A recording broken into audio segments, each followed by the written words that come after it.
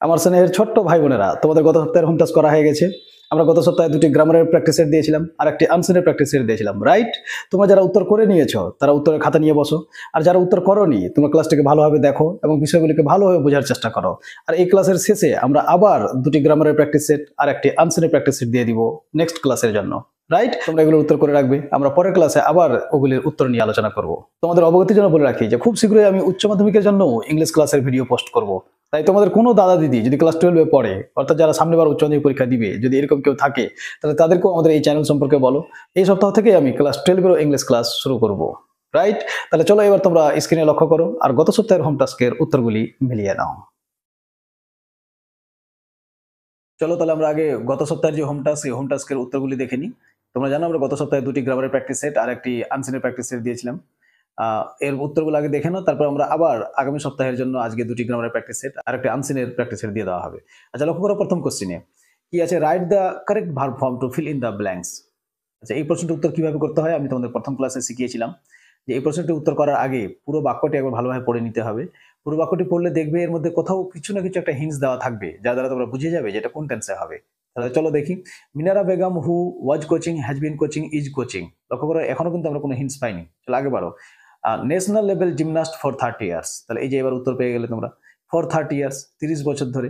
তাহলে কোনো কাজ কিছু সময় ধরে চলমান অবস্থায় থাকলে সেটা পারফেক্ট কন্টিনিউয়াস টেন্স হয়। আর আমরা কি জানি, পারফেক্ট কন্টিনিউয়াস টেন্সের হেল্পিং ভার্ব হচ্ছে verb have plus been plus V I N G, অর্থাৎ হ্যাভ হ্যাজ হ্যাড থাকবে, তারপরে বিন থাকবে, আর তারপরে ভার্বের সঙ্গে আইএনজি থাকবে। তাহলে আমরা যদি অপশনগুলি লক্ষ্য করি, তাহলে লক্ষ্য করো এখানে মাঝের অপশনটাই শুধু হ্যাজ বিন কোচিং আছে, আর অন্য জায়গায় ভার্ব হ্যাভ নেই। তাহলে হ্যাজ বিন কোচিং এটাই অ্যান্সার হবে, রাইট? আচ্ছা, next. Is surprised, has been surprised, was surprised, কোনটা হবে? বোঝা যাচ্ছে না, চলো আগে বাড়ো। To receive a call from a parent soon after Dipa Karmakar. তাহলে দেখো সুন আফটার এর মানে একটা পাস্টের ঘটনার কথা এখানে বর্ণনা করা হয়েছে, তাহলে এখানে পাস্ট টেন্স হবে ওয়াজ সারপ্রাইজড। ক্লিয়ার? আচ্ছা, তারপরে will finish, was finished, finished fourth in the Olympics. তাহলে যেহেতু পাস্ট টেন্সের ঘটনা, অতীতের ঘটনার কথা বলা হয়েছে, তাহলে কি হবে? ফিনিশড। কারণ ওয়াজ ফিনিশড হবে না, কারণ ওয়াজ ফিনিশড প্যাসিভ ভয়েসে হয় আর এটা অ্যাক্টিভ ভয়েসে আছে। আর উইল ফিনিশ ফিউচার টেন্সে ব্যবহৃত হয়। ক্লিয়ার? চলো নেক্সট, এবার চলে এসো question number 2। Fill in the blanks with appropriate article and preposition. এখানেও তিনটা শূন্যস্থান থাকবে, আমাদের এখানে আর্টিকেল এবং প্রেপোজিশন ব্যবহার করে শূন্যস্থান পূরণ করতে হবে। লক্ষ্য করো, when John arrived dash Mumbai. আচ্ছা, আমাদের জানা থাকতে হবে যে পৌঁছানো, অ্যারাইভ মানে পৌঁছানো, পৌঁছানোর দুটো ইংলিশ হয়, একটা অ্যারাইভড আর একটা রিচ। কিন্তু মনে রাখতে হবে রিচ শব্দটির পরে কোনো প্রেপোজিশন বসে না, কিন্তু অ্যারাইভ থাকলে ওখানে অ্যাট বসে, অ্যারাইভড অ্যাট। আবার মুম্বাই একটা বড় শহরের নাম, তো বড় শহরের নামের আগে আবার ইন বসে, আমরা এটাও জানি, তাই কি না? তাহলে আমরা এখানে অ্যারাইভড অ্যাট এটাই প্রিফার করব, আমরা অ্যাট ব্যবহার করব। তবে কেউ যদি ইন ব্যবহার করে তাহলেও নাম্বার পেয়ে যাওয়ার কথা। তাহলে when John arrived at Mumbai dash train. এখানে তোমাদেরকে বলে রাখি, যদি যানবাহনের মাধ্যম বোঝায় মানে কিসে গেছে, বাসে চড়ে, ট্রেনে চড়ে, এইরকম, তাহলে ওখানে বাই ব্যবহার করতে হয়, তাহলে বাই ট্রেন হবে answer. Clear? Next. There was not dash single penny in his pocket. তাহলে এখানে এ হবে, there was not a single penny in his pocket. এখানে জেনে রাখো যে আর্টিকেল এ, অর্থাৎ কোনো বাক্যে যখন এ ব্যবহার করা হয় ওর উচ্চারণ এ নয় আ হয়। তাহলে there was not a single penny in his pocket হয়ে গেল অ্যান্সার। চলো এবার ডু অ্যাজ ডিরেক্টেডে চলে আসি। এবার ডু অ্যাজ ডিরেক্টেড লক্ষ্য করো। It was raining, the children could not go out to play. দুটো বাক্য দেওয়া হয়েছে, বলা হয়েছে কি join into a complex sentence, complex সেন্টেন্সে জয়েন্ট করো। আচ্ছা, তোমাদের কমপ্লেক্স সেন্টেন্স সম্পর্কে জানা আছে, মানে সিম্পল কমপ্লেক্স কাকে বলে? চলো তোমাদেরকে বিষয়টা ছোট্ট করে বুঝিয়ে দিই। মনে রাখতে হবে আমাদের এই সিম্পল কমপ্লেক্স কম্পাউন্ড জানতে হলে ক্লজ জানতে হবে। তাহলে ক্লজ কি? ক্লজ একে বাংলাতে বলা হয় বাক্যাংশ। গ্রামার ভাষায় বলতে গেলে ক্লজ হচ্ছে কয়েকটি শব্দের সমষ্টি, যার নিজস্ব সাবজেক্ট থাকবে, একটা ফাইনাইট ভার্ব থাকবে এবং যেটি বাক্যের অংশ হিসাবে কাজ করবে। তোমরা যদি এত কিছু মনে না রাখতে পারো তাহলে শুধু এতটুকু মনে রাখো যে সাবজেক্ট এবং ভার্ব, সাবজেক্ট প্লাস ভার্ব একে ক্লজ বলা হয়। সুতরাং কোনো বাক্যে যটা সাবজেক্ট ভার্ব থাকবে তটা ক্লজ হবে। ক্লিয়ার? আচ্ছা, এবার এই ক্লজ আবার তিন প্রকারের হয়, মেন ক্লজ, সাব ক্লজ আর কোঅর্ডিনেট ক্লজ। আপাতত মেন ক্লজ আর সাব ক্লজটা বুঝো। মেন ক্লজ কি? বাক্যের যে অংশটা পূর্ণ অর্থ প্রকাশ করতে পারে তাকে মেন ক্লজ বলে। সাব ক্লজ কি? বাক্যের যে অংশটা পূর্ণ অর্থ প্রকাশ করতে পারে না, যাকে মেন ক্লজের উপর নির্ভর করতে হয়, তাকে সাব ক্লজ বা ডিপেন্ডেন্ট ক্লজ বলা হয়। আচ্ছা, কোনো বাক্যে যদি মেন ক্লজ আর সাব ক্লজ থাকে তাহলে এটাকে যুক্ত করার জন্য একটা সাবঅর্ডিনেটিং কনজাংশন ব্যবহার করা হয়। সাবঅর্ডিনেটিং কনজাংশন ডব্লিউএইচ ওয়ার্ড সবগুলাই, who, whose, whom, how, where, if, that ইত্যাদি ইত্যাদি। আমাদের শুধু মনে রাখতে হবে যে এই সাবঅর্ডিনেটিং কনজাংশন যেখানে থাকবে তার পরের অংশটা সাব ক্লজ হবে, আর সাবঅর্ডিনেটিং কনজাংশন ছাড়া যে অংশটা থাকবে সেটা মেন ক্লজ হবে। এবার আসি সিম্পল, কমপ্লেক্স আর কম্পাউন্ড কাকে বলে। সিম্পল সেন্টেন্স যে বাক্যে একটাই ক্লজ থাকবে তাকে সিম্পল সেন্টেন্স বলে। কমপ্লেক্স সেন্টেন্স যে বাক্যে একটি মেন ক্লজ এবং এক বা একাধিক সাব ক্লজ থাকে তাকে কমপ্লেক্স সেন্টেন্স বলে। আর কম্পাউন্ড সেন্টেন্স যে বাক্যে দুই বা তার বেশি মেন ক্লজ থাকবে তাকে কম্পাউন্ড সেন্টেন্স বলা হয়। তাহলে আমাদের এখানে কি বলেছে, join into a complex sentence, right? তাহলে আমাদেরকে এখানে একটা মেন ক্লজ আর একটা সাব ক্লজ ব্যবহার করতে হবে। তাহলে কি বলছে দেখো, ইট ওয়াজ রেইনিং, বৃষ্টি হচ্ছিল, the children could not go out to play, বাচ্চারা বাইরে খেলতে যেতে পারেনি। তাহলে এখানে কারণ ফলাফল বোঝাচ্ছে, এটা খুবই সহজ যদি কারণ ফলাফল বোঝায়, শুধু বিকজ লাগিয়ে দাও। দুটো জিনিস মনে রাখতে হবে, কারণ ফলাফল থাকলে আমরা বিকজ বা এজ ব্যবহার করতে পারি। যদি প্রথমেই কারণ থাকে তাহলে কারণের আগে এজ লাগাতে হয়, আর যদি কারণ শেষে থাকে তাহলে কারণের আগে ওখানে বিকজ লাগাতে হয়। তাহলে আমরা এখানে লক্ষ্য করো প্রথমেই কারণ আছে, তাহলে যেহেতু প্রথমে কারণ আছে আমরা শুধু প্রথমে এজ লাগাবো, আর রেইনিং এর পরে যে ফুল স্টপটা আছে ওটাকে কমা করে দিব। তাহলে the best answer is as it was raining, comma the children could not go out to play. বোঝা গেল? তাহলে এখানে লিঙ্কার কে হলো এজ, আর যেহেতু এজ লিঙ্কার তাহলে এজ ইট ওয়াজ রেইনিং এটা সাব ক্লজ, আর কমার পরে the children could not go out to play এটা হচ্ছে মেন ক্লজ। আই হোপ বুঝে গেছো। আর যদি এই বিষয়গুলোকে বিস্তারিতভাবে বুঝতে হয় তাহলে এই চ্যানেলের যে প্লে লিস্ট, ওই প্লে লিস্টে ইংলিশ গ্রামার বলে একটা প্লে লিস্ট আছে, ওই প্লে লিস্টে যাও, আর ওখানে গ্রামারের প্রচুর ভিডিও ইতিমধ্যে পোস্ট করা হয়েছে, তোমরা সেখানে গিয়ে তোমাদের প্রয়োজন মতো ভিডিওগুলি দেখে নিতে পারো, রাইট? চলো আগে বাড়ি। কোশ্চেন নাম্বার 2 তে কি আছে? My friend gave me a story বুক, কি বলেছে? Change the voice. আচ্ছা, এখানে তোমাদের একটা ভুল ধারণা ভাঙিয়ে দিই। ছাত্রছাত্রীদের অনেকের ধারণা যে ভয়েস মানেই হচ্ছে প্যাসিভ করতে হবে, এটা নয় কিন্তু। লক্ষ্য করো প্রশ্নে কি দেওয়া হয়েছে, চেঞ্জ দ্য ভয়েস, অর্থাৎ ভয়েস চেঞ্জ করো। এর অর্থ এই বাক্যটা যেই ভয়েসে আছে তার উল্টোটা আমাদের করতে হবে, অর্থাৎ অ্যাক্টিভ থাকলে প্যাসিভ করতে হবে আর প্যাসিভ থাকলে অ্যাক্টিভ করতে হবে। তাহলে প্রথম কাজ আমাদেরকে আগে চিহ্নিত করতে হবে বাক্যটা অ্যাক্টিভ আছে না প্যাসিভ আছে। কিভাবে চিনবো? Very simple, verb be plus verb three. আমি ক্লাস 1 এটা তোমাদের বুঝিয়েছিলাম। যখন আমরা ভয়েস চেঞ্জ করবো আমরা আগে দেখে নিব যে প্রশ্নে দেওয়া বাক্যটিতে verb be plus verb three আছে না নেই। যদি থাকে তাহলে সেটা প্যাসিভ, আর যদি না থাকে তাহলে সেটা অ্যাক্টিভ। এবার যেটা থাকবে আমাদের তার উল্টোটা করতে হবে। তাহলে এই বাক্যে দেখো ভার্ব বি নেই, মানে am is are was were be been being কেউ নেই, তাহলে এটা অ্যাক্টিভে আছে, আমাদেরকে প্যাসিভ করতে হবে। আচ্ছা, মাই ফ্রেন্ড কি? Subject, gave verb. আচ্ছা, এখন অবজেক্ট কে? আচ্ছা, অবজেক্ট চেনার উপায় আমি কি বলেছিলাম? অবজেক্ট চেনার উপায় হচ্ছে ভার্বকে কাকে বা কি দিয়ে প্রশ্ন করতে হয়। ভার্বকে কাকে বা কি দিয়ে প্রশ্ন করলে যেটা উত্তর পাওয়া যাবে সেটা হচ্ছে অবজেক্ট। যদি দুটোরই উত্তর পাওয়া যায় তাহলে দুটো অবজেক্ট। যেমন এখানে লক্ষ্য করো, মাই ফ্রেন্ড গেভ, আমার বন্ধু দিয়েছিল। আচ্ছা, দিয়েছিল কে প্রশ্ন করো, কাকে দিয়েছিল? মি, আমাকে, অবজেক্ট। আবার জিজ্ঞেস করো কি দিয়েছিল? আই স্টোরি বুক, এটাও একটা অবজেক্ট, রাইট? তাহলে দুটো অবজেক্ট। আচ্ছা, তোমরা সিম্পলি মনে রাখো, যদি কোনো অ্যাক্টিভ ভয়েসে দুটো অবজেক্ট থাকে তাহলে তোমরা সবসময় প্রথম অবজেক্টটাকে প্যাসিভ ভয়েসের সাবজেক্ট করবে, দ্বিতীয়টাকে করতে যেও না। যদিও গ্রামার অনুসারে দ্বিতীয়টাকেও করা যায়, কিন্তু আমি তোমাদের অ্যাডভাইস করবো করবে না। কেন? তাহলে অ্যান্সার কি হবে? I was given a story book by my friend. তাহলে প্রথম অবজেক্টটাকে সাবজেক্ট করতে হবে প্যাসিভের, আর যে দ্বিতীয় অবজেক্টটা থাকবে ওকে প্যাসিভের ভার্বের পরে হুবহু লিখে দিতে হবে। তাহলে অ্যান্সার দেখতেই পাচ্ছ, I was given a story book by my friend. Next, question number 3, the policeman said to the thief, where have you kept the stolen books. Change into indirect speech, এখানে ইনডাইরেক্ট করতে বলেছে। আচ্ছা, তাহলে narration change করার সময় প্রথমে আমাদের invite করার মাঝের বাক্যটাকে দেখতে হয়, যেটা কোন বাক্য, অ্যাসার্টিভ, ইন্ট্রোগেটিভ, ইম্পারেটিভ। কেন কি? ওর উপরে নির্ভর করবে আমি রিপোর্টিং ভার্ব কি ব্যবহার করবো আর লিঙ্কার কি ব্যবহার করবো, রাইট? তাহলে এখানে আমরা দেখতে পাচ্ছি এটা প্রশ্নমূলক বাক্য। তাহলে প্রশ্নমূলক বাক্য থাকলে রিপোর্টিং ভার্ব কি হবে? আস্কড। তাহলে the policeman asked the thief where he had kept the stolen books. Clear? আবার বলছি, the policeman asked the thief where he had kept the stolen books. চলো নেক্সট, এবার ফ্রেজাল ভার্বে চলে এসো। এবার লক্ষ্য করো ফ্রেজাল ভার্ব। আচ্ছা, the patient will recover within a week, নিচে লিস্ট দেওয়া আছে দেখো। পুট অন মানে পরিধান করা, কাপড় চোপড়, জামা কাপড় পরা। পুট অফ স্থগিত রাখা, টার্ন ডাউন নাকচ করে দেওয়া, আর কাম রাউন্ড মানে আরোগ্য লাভ করা। এই যে নিচে লিস্ট দেওয়া আছে, তাহলে মানে জানা হয়ে গেল এগুলোর। চলো এবার উপর থেকে দেখি, the patient will recover within week, recover মানে আরোগ্য লাভ করা বা সুস্থ হওয়া, তাহলে কাম রাউন্ড। আচ্ছা, উইল রিকভার ভার্ব 1 আছে, তাহলে কাম রাউন্ড হুবহু লিখে দিতে হবে, কোনো পরিবর্তন করা দরকার নেই। Next, please do not reject my proposal, reject মানে প্রত্যাখ্যান করা বা নাকচ করে দেওয়া, তাহলে টার্ন ডাউন এটাও ভার্ব 1, কারণ ডু নট আছে, আর আমরা জানি ভার্ব 2 প্লাস ভার্ব 1 হয়, তাহলে টার্ন ডাউন বসে যাবে। নেক্সট, হি ওর, আচ্ছা ওয়্যার ওর ওন মানে পরিধান করা বা জামা কাপড় পরা, এটা পাস্ট ফর্মে আছে, তাহলে পাস্ট ফর্ম আমরা এখানে ওর এর বদলে পুট অন বসাবো। মজার বিষয় যে পুটের তিনটাই ফর্ম এক, পুট পুট পুট, তাহলে এখানে চেঞ্জ করার কোনো দরকার নেই, পুট অন বসে যাবে। তাহলে এই ছিল আমাদের প্র্যাকটিস সেট নাম্বার 1। চলো আমরা এবার প্র্যাকটিস সেট নাম্বার 2 দেখি। তাহলে আমাদের গ্রামার প্র্যাকটিস সেট নাম্বার 2। আচ্ছা, প্র্যাকটিস সেট নাম্বার 2 তে আমরা কি দেখতে পাচ্ছি দেখো।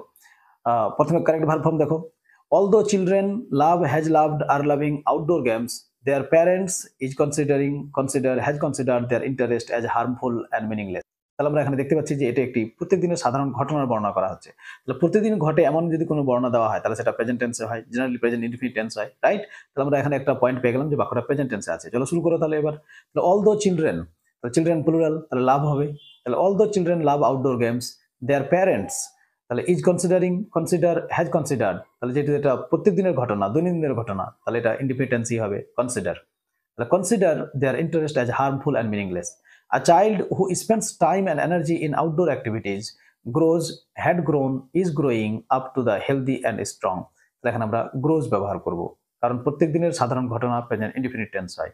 আর এখানে যেহেতু আ চাইল্ড ব্যবহার করা হয়েছে থার্ড পারসন সিঙ্গুলার, তাহলে এখানে আমরা গ্রোজ, গ্রোজ অ্যান্সার হবে। তাহলে হয়ে গেল তিনটা উত্তর। চলে আসে এবার আর্টিকেল এন্ড প্রিপোজিশন।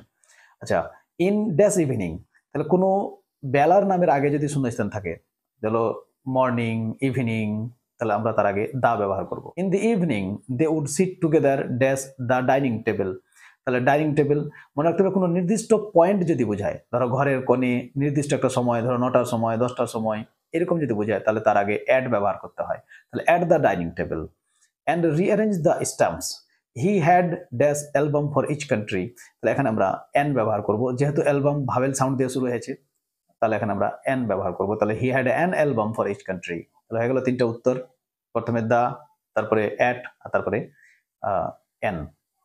ক্লিয়ার? চলো এবার do as directed. Do as directed প্রথম কোশ্চেন লক্ষ্য করো, garbage causes pollution, it may be used as a source of energy. Question কি দিয়েছে, join into a single sentence using relative clause. আচ্ছা, relative clause ব্যবহার করে বাক্য দুটিকে জয়েন্ট করতে বলেছে, রাইট? আচ্ছা, রিলেটিভ ক্লজ কি তাহলে আমাদের মনে রাখতে হবে যে who, whom, whose, which, what আর দ্যাট, এগুলি হচ্ছে রিলেটিভ প্রোনাউন। যখনই কোনো সাব ক্লজ ম্যান ক্লজের সঙ্গে এই লিঙ্কারগুলি, এই সাবঅর্ডিনেটিং কনজাংশনগুলি দ্বারা যুক্ত থাকবে, তখন সেই সাব ক্লজটাকে বলা হয় রিলেটিভ ক্লজ। বোঝা গেল? তাহলে এগুলো একটু মনে রাখার চেষ্টা করো। তাহলে এই দুটি বাক্যকে আমাদের জয়েন্ট করতে হবে, কিন্তু শর্ত কি, রিলেটিভ প্রোনাউন দিয়ে, মানে who, whose, whom, what, which, that, এগুলির মাধ্যমে কোনো না কোনো একটাকে ব্যবহার করতে হবে। চলো শুরু করো। তাহলে গার্বেজ আমাদের জানা থাকতে হবে যে জড় বস্তুর জন্য হুইচ ব্যবহার করতে হয়, ব্যক্তির জন্য হু ব্যবহার করতে হয়, আর হোয়াট এটাও জড় বস্তুর জন্য ব্যবহৃত হয়, আর দ্যাট এমন একটা রিলেটিভ প্রোনাউন যেটা ব্যক্তি বস্তু উভয়ের জন্যই ব্যবহৃত হয়। তাহলে আমরা এখানে কি অ্যান্সার করব, যে garbage that causes pollution, comma, may be used as a source of energy. দেখো আবার আনসারটা মিলাও, গার্বেজ দ্যাট কজেস, তোমরা এখন দ্যাটের জায়গায় হুইচও ব্যবহার করতে পারো, হুইচ কজেস, সেম, কোনো পার্থক্য নেই। তাহলে গার্বেজ দ্যাট কজেস বা which causes pollution, comma, may be used as a source of energy. তাহলে আনসার হয়ে গেল। নেক্সট দেখো, the teacher delivered a lecture to a group of students, voice change করতে বলেছে। লক্ষ্য করো, the teacher subject, delivered verb, object কোনটা, তাহলে আমরা একটু আগে বললাম যে ভার্বকে কাকে বা কি দিয়ে প্রশ্ন করলে যেটা উত্তর পাওয়া যাবে সেটাই হচ্ছে অবজেক্ট। তাহলে ডেলিভার্ডকে প্রশ্ন করো, কি ডেলিভার করেছিল, কি দিয়েছিল, তাহলে আ লেকচার, একটা ভাষণ, তাহলে এটুকুই হচ্ছে object. To a group of students, ওটা অতিরিক্ত অংশ। মনে রাখো, অতিরিক্ত অংশ যেটা থাকবে তার সঙ্গে আমাদের ভয়েসের কোনো সম্পর্ক নেই, আমাদের শুধু সাবজেক্ট, ভার্ব আর অবজেক্ট দরকার। আমরা প্যাসিভ করার সময় ওই অতিরিক্ত অংশটাকে প্যাসিভে ভার্বের পরে হুবহু কপি করে দিব। তাহলে অ্যান্সার কি হবে, a lecture was delivered to a group of students by the teacher. বোঝা গেল? লক্ষ্য করো, আ লেকচার ওয়াজ ডেলিভার্ড, এবার অতিরিক্ত অংশ to a group of students, ওটাকে এখানে বসিয়ে দিলাম, আর লাস্টে বাই দ্য টিচার করে দিলাম।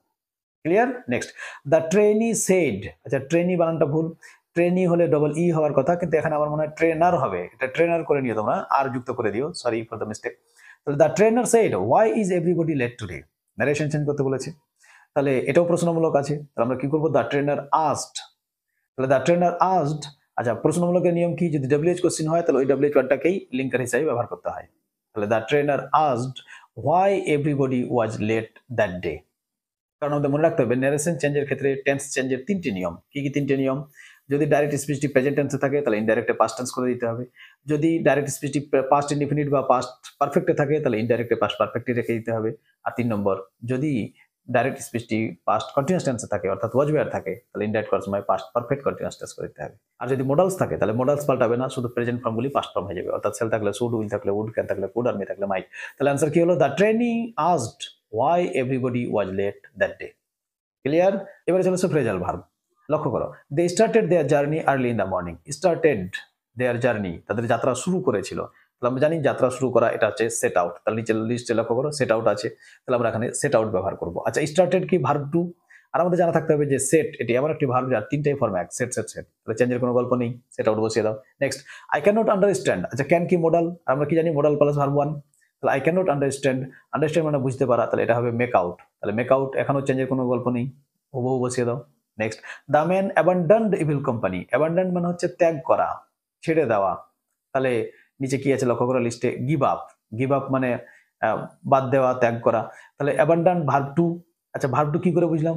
ভার্ব টু আর ভার্ব থ্রি দুটোই ত্যাগ। আমি তোমাদের এর আগেও বলেছিলাম যে ফ্রেজাল ভার্বের অ্যান্সার কিভাবে করতে হয় এটা নিয়ে আমার একটা সেপারেট ভিডিও আছে, ডিসক্রিপশনে লিংক দেওয়া আছে, তোমরা সেখানে গিয়ে ওই ভিডিওটা একবার অবশ্যই দেখে নিও। তাহলে তোমাদের আর এই ফ্রেজাল ভার্বের অ্যান্সার করার ক্ষেত্রে বা ভার্ব ধরার ক্ষেত্রে কোনো রকম মিস্টেক হবে না। আর ওখানে আমি গুরুত্বপূর্ণ ফ্রেজাল ভার্বের 50টা লিস্টও দিয়েছি, তোমরা ওখান থেকে ওই ভিডিওটা দেখে ওগুলি নোট করে নিতে পারো।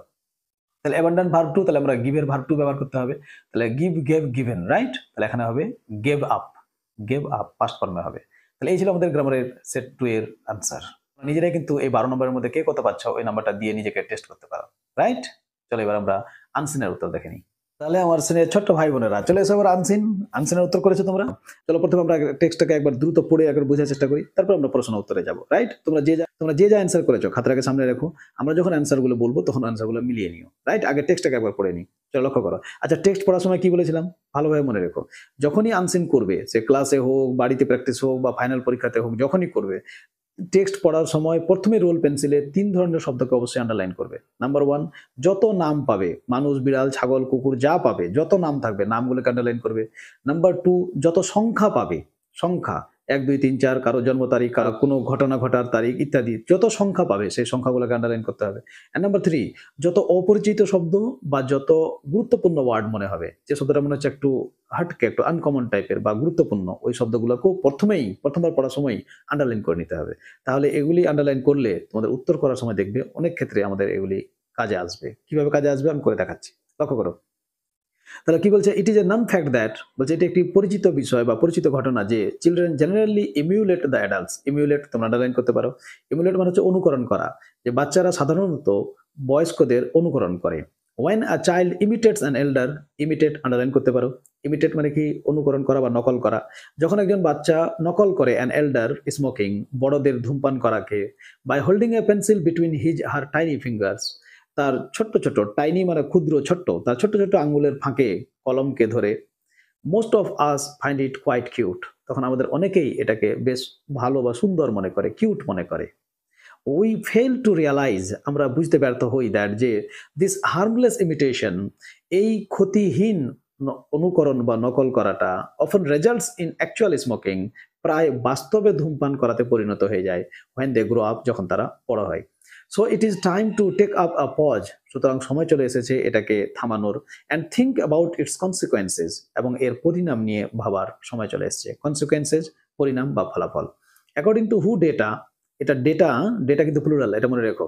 এর সিঙ্গুলার ফর্ম হচ্ছে ডেটাম। তোমরা যখন বড় হবে আর কোনো কম্পিটিটিভ এক্সামে বসবে তখন এটা অনেক সময় প্রশ্নে চলে আসে যে ডেটা, এরপরে সিঙ্গুলার ভার্ব দেওয়া থাকবে। মনে রাখবে ডেটা যেহেতু প্লুরাল, এরপরে যখনই ভার্ব থাকবে সেটা সিঙ্গুলার ভার্ব থাকবে। আচ্ছা তোমাদের যদি কেউ দাদা দিদি যারা চাকরির পরীক্ষার জন্য প্রস্তুতি নিচ্ছে বা কম্পিটিটিভ এক্সামের জন্য প্রস্তুতি নিচ্ছে, আমার কিন্তু এই চ্যানেলের প্লে লিস্টে কম্পিটিটিভ এক্সাম বলে একটা সেপারেট প্লে লিস্ট আছে, তোমরা তাদেরকে ওই প্লে লিস্টগুলো ফলো করতে পারো। বা ইম্পর্টেন্ট রুলস অফ গ্রামার বলে একটা প্লে লিস্ট আছে, ওই প্লে লিস্টও ফলো করতে পারো। বা জেনারেল ইংলিশ এমসিকিউজ, ওই সব বড়দের জন্য যারা চাকরির পরীক্ষায় বসছে ওদের জন্য ওইগুলো দেওয়া হয়েছে। তোমাদের কেউ পরিচিত থাকলে তোমরা তাদেরকে অ্যাডভাইস করতে পারো আর ওই ভিডিওগুলি দেখতে বলতে পারো, রাইট? চলো আগে বাড়ো। তাহলে কি বলছে? অ্যাকর্ডিং টু হু ডেটা, হু তোমরা জানোই ওয়ার্ল্ড হেলথ অর্গানাইজেশন, তো বলছে হু ডেটা অনুসারে বা হু এর তথ্য অনুসারে tobacco kills more than 7 million people each year. আচ্ছা তোমরা জানো মিলিয়ন 10 লক্ষ 1 মিলিয়ন হয়, তাহলে 7 মিলিয়ন মানে 70 লাখ, রাইট? আচ্ছা while more than 6 million of those deaths are the result of direct tobacco use, many non-smokers die, অনেক ধূমপান করে না এমন ব্যক্তিও মারা যায়, because they are exposed to second hand smoke, কারণ তারা পরোক্ষভাবে এই ধূমপানের শিকার। পরোক্ষভাবে মানে কি?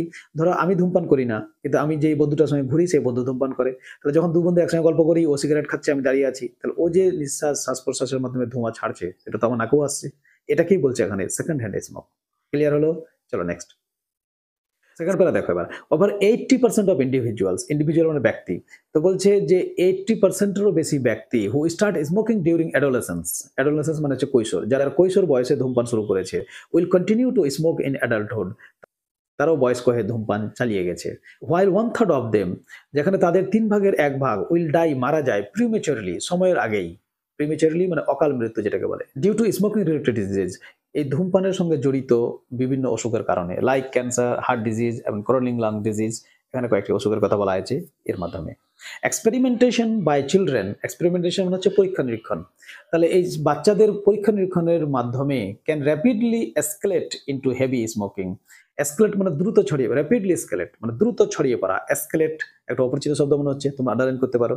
ইনটু হেভি স্মোকিং, অর্থাৎ এই বিড়ি সিগারেট পান করতে কেমন লাগে, এই পরীক্ষা নিরীক্ষা করতে করতে একসময় তারা ব্যাপক ধূমপানে অভ্যস্ত হয়ে ওঠে। নেক্সট, পরে প্যারা, এক্সপার্ট সে দ্যাট, বিশেষজ্ঞরা বলছেন যে unless urgent action is taken immediately, জরুরি পদক্ষেপ না গ্রহণ করা হয় এক্ষুনি, the annual death toll could rise to more than 8 million by 2030, তাহলে এই বাৎসরিক যে মৃত্যুর হার সেটা 8 মিলিয়ন মানে 80 লক্ষে পৌঁছে যাবে 2030 সালের মধ্যেই। This sure is a gloomy and cheerless world, নিশ্চিত রূপে এটি একটি বিষণ্ণ বা বিষাদময় জগৎ, দ্যাট উই আর লিভিং, যেটা আমরা ছেড়ে যাচ্ছি বিহাইন্ড, পিছনে, টু আওয়ার ফিউচার জেনারেশনস, আমাদের পরবর্তী বা ভবিষ্যৎ প্রজন্মের জন্য, জেনারেশন প্রজন্ম।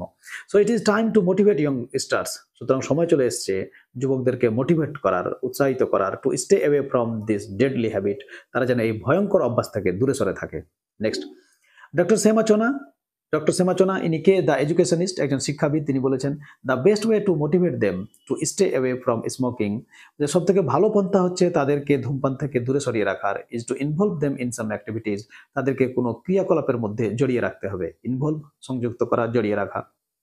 সি সাজেস্ট দ্যাট, তিনি প্রস্তাব দিয়েছেন যে স্কুলস ক্যান অর্গানাইজ ইভেন্টস, বিদ্যালয়গুলি বিভিন্ন রকম ইভেন্টের আয়োজন করতে পারে, like sports, drama and story tellings. Such participatory learning, এই অংশগ্রহণমূলক যে শিক্ষা, ইজ ভেরি ইফেক্টিভ, খুব কার্যকর, বিকজ ইট ডিসুয়েডস কিডস, ডিসুয়েডস তোমরা আন্ডারলাইন করতে পারো, কারণ বাচ্চাদের এটা দূরে সরিয়ে রাখে বা কারণ বাচ্চাদের এটা নিরুৎসাহিত করে ফ্রম স্মোকিং, ধূমপান করা থেকে, when they themselves propagate its bad effects, যখন তারা নিজেরাই এর কুপ্রভাব প্রচার করে বা বিস্তার করে। প্রোপেগেট খুবই গুরুত্বপূর্ণ একটা শব্দ, তোমরা আন্ডারলাইন করতে পারো, প্রচার করা বা কোনো ধ্যান ধারণাকে বিস্তার করা। লাস্ট প্যারা দেখো, parents have a big role to play when it comes to influencing their kids, বলছে বাবা মায়ের বড় ভূমিকা থাকে বাচ্চাদেরকে প্রভাবিত করার ক্ষেত্রে, ইনফ্লুয়েন্স, প্রভাবিত করা। থিয়েটার ডাইরেক্টর অরবিন্দ গৌর, নাম পেয়েছো, আন্ডারলাইন করতে হবে। উপর আমরা ডক্টর সেমাচনা পেয়েছি, আন্ডারলাইন করে রাখতে হবে। তো বলছে এই নাট্য পরিচালক অরবিন্দ গৌর বলেছেন যে এই smoking parent can never tell his her child, একজন ধূমপায়ী বাবা মা কখনো তার বাচ্চাদেরকে ধূমপান করতে নিষেধ করতে পারে না, because that would be too hypocritical, কারণ এটা দুমুখ স্বভাব হয়ে যাবে বা দোগলাপন হয়ে যাবে। হিপোক্রিটিক্যাল, দোগলাপন বা দুমুখ, মানে বলে এক করে এক, রাইট? এই ছিল আমাদের টেক্সট। চলো আমরা তাড়াতাড়ি করে প্রশ্ন উত্তরে চলে আসি। আচ্ছা, আমরা জানি ইতিমধ্যেই যে আনসিন থেকে আমাদের 6টা মাল্টিপল চয়েস থাকবে, রাইট? আচ্ছা, আনসিন উত্তর কিভাবে করতে হয় এই নিয়ে বিস্তারিত আমি একটা সেপারেট ক্লাস পোস্ট করেছি, ডিসক্রিপশনে সব লিংক দেওয়া আছে, তোমরা ওখান থেকে দেখে নিতে পারো। চলো দ্রুত আমরা এবার উত্তরগুলি দেখে নিই। আচ্ছা, মাল্টিপল চয়েসের প্রথম কোশ্চেন কি? We find it cute when, বলছে আমাদেরকে এটা খুব কিউট মনে হয় যখন, তাহলে অপশন কি হবে? আমি অপশনগুলো পড়ে আর সময় নষ্ট করছি না, তোমরা অপশন নিশ্চয়ই পড়েছো। এখানে উত্তর হবে সি নাম্বারটা, a child copies an elder smoking by holding a pencil between his or tiny fingers, যে একজন বাচ্চা যখন বড়দেরকে ধূমপান করার নকল করে তার আঙ্গুলের ফাঁকে কলম ধরে। তাহলে নেক্সট, অ্যাকর্ডিং টু হু data each year direct use of tobacco kills, direct use বলেছে, তাহলে উত্তর হবে more than 6 million people. Next, question number 3, in the opinion of experts urgent action should be taken, এখানে অপশন দেওয়া আছে, তাহলে answer হবে ইমিডিয়েটলি। নেক্সট, ডক্টর সেমাচনা ইজ, ডক্টর সেমাচনা কে ছিলেন? তাহলে আমরা ওখানে পেয়েছি অ্যান এডুকেশনিস্ট, তাহলে ডি অপশন হবে উত্তর। Next, deadly habit in paragraph 3 refers to, এখানে যে ডেডলি হ্যাবিটের কথা বলা হয়েছে অর্থাৎ মারাত্মক অভ্যাস, এর কোনটাকে বোঝানো হয়েছে? তাহলে অবশ্যই স্মোকিং হবে, কারণ এটা স্মোকিং রিলেটেড প্যারাগ্রাফ, রাইট? আচ্ছা, number 6, a smoking parent can, একজন ধূমপায়ী বাবা মা পারে, কি পারে? তাহলে always tell his child to smoke, তার বাচ্চারাকে সবসময় ধূমপান করতে বলতে পারে, এটা কখনো হয় না। Tell his child to be hypocritical, no. Never tell his child not to smoke, তাহলে এটাই হবে অ্যান্সার, যে একজন ধূমপায়ী বাবা মা never tell his child not to smoke, কখনো তার বাচ্চাদের বলতে পারে না যে তোমরা ধূমপান করো না, কারণ বললে পাল্টা উত্তর পেয়ে যাবে যে তুমি তো নিজেই খাচ্ছ, তাই কিনা? তাহলে এই ছিল আমাদের মাল্টিপল চয়েস। তাহলে 6 এর মধ্যে কে কত পেয়েছো নাম্বারিং করে নিয়ে তোমরা। চলো এবার আমরা নেক্সট কোশ্চেনে চলে আসি। এবার লক্ষ্য করো কোশ্চেন নাম্বার 2। আচ্ছা, কোশ্চেন নাম্বার 2তে আমাদের কি থাকবে আনসিনে?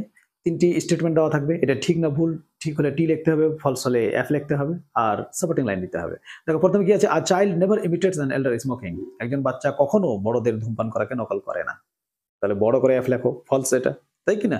যে কেন ফলস? কারণ লক্ষ্য করো প্রথম লাইনে, লক্ষ্য করো প্রথম লাইনে শেষে আমরা কি দেখতে পাচ্ছি, when a child imitates an elder smoking by holding a pencil between her tiny fingers, তাহলে এখানে কি বলেছে, বাচ্চারা নকল করে, আর ওখানে বলেছে নকল করে না, তাহলে ওটা ফলস লেখো, আর স্টেটমেন্ট হিসাবে আমরা এই অংশটাই লিখে দিব, রাইট?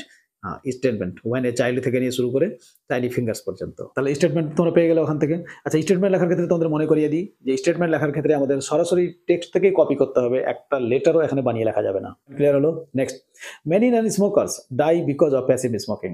বলছে অনেক ধূমপান করে না এমন ব্যক্তিও মারা যায় পরোক্ষভাবে ধূমপান করার ফলে। পরোক্ষভাবে ওই যে তোমাদের একটা উদাহরণ দিলাম যে আমি আর আমার বন্ধু, আমি ধূমপান করি না কিন্তু আমার বন্ধু ধূমপান করে।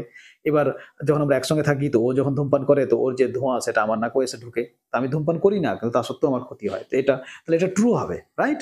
এটা ট্রু। আচ্ছা, সাপোর্টিং লাইন কি দিব? চলো আবার আমরা একটু টেক্সটে দেখে নিই। তাহলে সাপোর্টিং স্টেটমেন্ট হিসেবে আমরা লক্ষ্য করব প্রথম প্যারার যে লাস্ট অংশটা দেখো, এই যে many non smokers die because they are exposed to second hand smoke, এই অংশটাকে আমরা ওখানে সাপোর্টিং লাইন হিসেবে দিয়ে দিব, রাইট? তাহলে সাপোর্টিং স্টেটমেন্টও পেয়ে গেলে তোমরা। আচ্ছা, এবার next, our future generation will be left in a dark and hopeless world due to smoking. আমাদের যে ভবিষ্যৎ প্রজন্ম ওদের জন্য আমরা নিরাশ বা হতাশজনক একটা জগৎ ছেড়ে যাব এই স্মোকিং এর ফলে। তাহলে এটাও ট্রু। চলো, আচ্ছা, সাপোর্টিং লাইন কি দিব চলো দেখি আবার। আচ্ছা, এখানে তোমরা এই যে থার্ড প্যারাতে লক্ষ্য করো, এই যে এক্সপার্ট সে দ্যাট যে প্যারাটা শুরু হয়েছে, এই প্যারার 2 নম্বর লাইন দেখো 2030 এর পরে লক্ষ্য করো, this year is a gloomy and cheerless world that we are living behind to our future generation. এটুকু সাপোর্টিং লাইন ওখানে আমাদেরকে তুলে দিতে হবে, বুঝা? তাহলে সাপোর্টিং লাইনও পেয়ে গেলে তোমরা। তাহলে একবার তাড়াতাড়ি তোমরা মিলিয়ে নাও ট্রু ফলস সাপোর্টিং লাইন। হ্যাঁ, তোমরা প্রয়োজনে স্ক্রিনশট নিয়ে রাখো। চলো এবার চলে আসে এবার বড় প্রশ্নে। আমাদের এখানে 4টি প্রশ্ন থাকবে আর প্রতিটি প্রশ্নের উত্তর লিখতে হবে, রাইট? আচ্ছা, প্রথম কোশ্চেন কি আছে? How does a child imitate an elder smoking? অর্থাৎ একজন বাচ্চা বড়দের কিভাবে ধূমপান করাটাকে নকল করে। আচ্ছা, এটা আমরা আমাদের টেক্সটের একদম প্রথম লাইনে পেয়েছিলাম। চলো এই যে প্রথম লাইনে লক্ষ্য করো, প্রথম লাইনের শেষে আমরা একটু আগে এটাকে সাপোর্টিং লাইন হিসেবে লিখেছিলাম ওয়েন এ চাইল্ড। তাহলে ওয়েন কথাটা দিতে হবে না, যেহেতু কিভাবে একজন বাচ্চা নকল করে তাহলে ওয়েন বাদ, তারপর থেকে এ দিয়ে শুরু করো। A child imitates an elder smoking by holding a pencil between his her tiny fingers. এটুকু লিখলেই আমাদের প্রথম প্রশ্নের উত্তর হয়ে যাবে। তাহলে পেয়ে গেলে প্রথম প্রশ্নের উত্তর।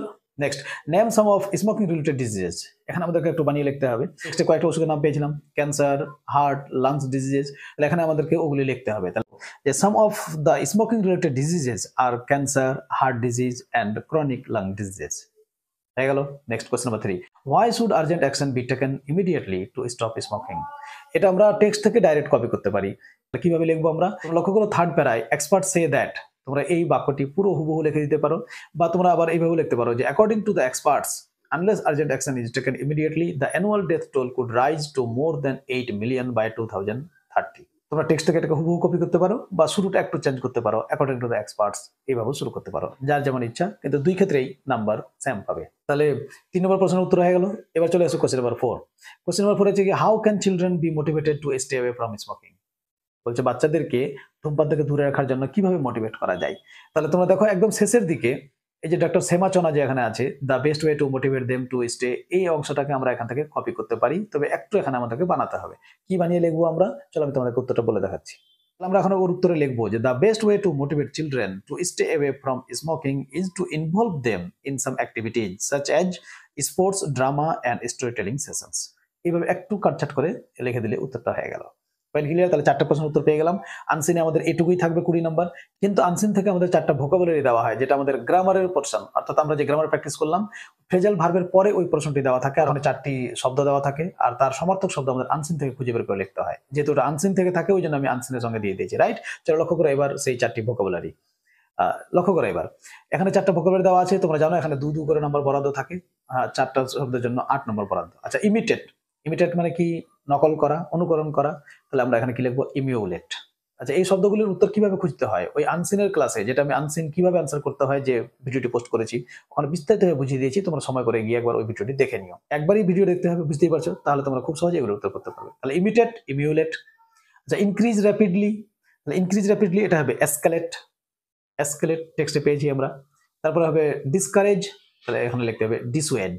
তোমরা টেক্সটটাকে আরেকবার পরে সময় করে দেখে নিও। লক্ষ্য করবে এই প্রতিটি শব্দের সিনোনিম বা সমার্থক শব্দ কিন্তু ওখানে দেওয়া আছে।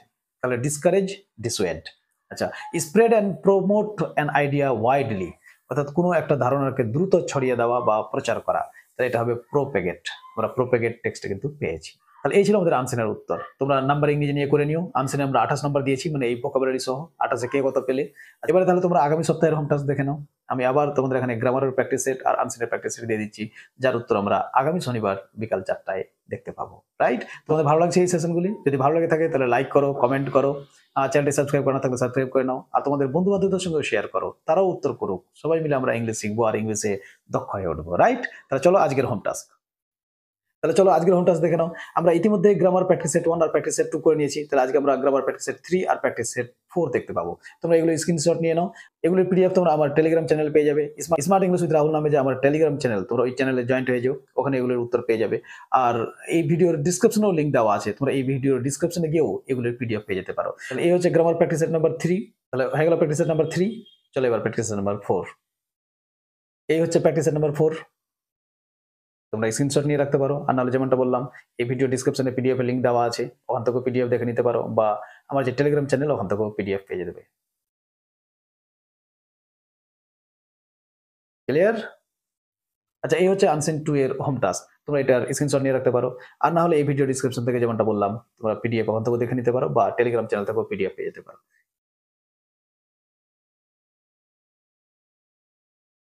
এই হচ্ছে আমাদের আনসিনের সম্পূর্ণ টেক্সট। প্রশ্ন দেখে নাও।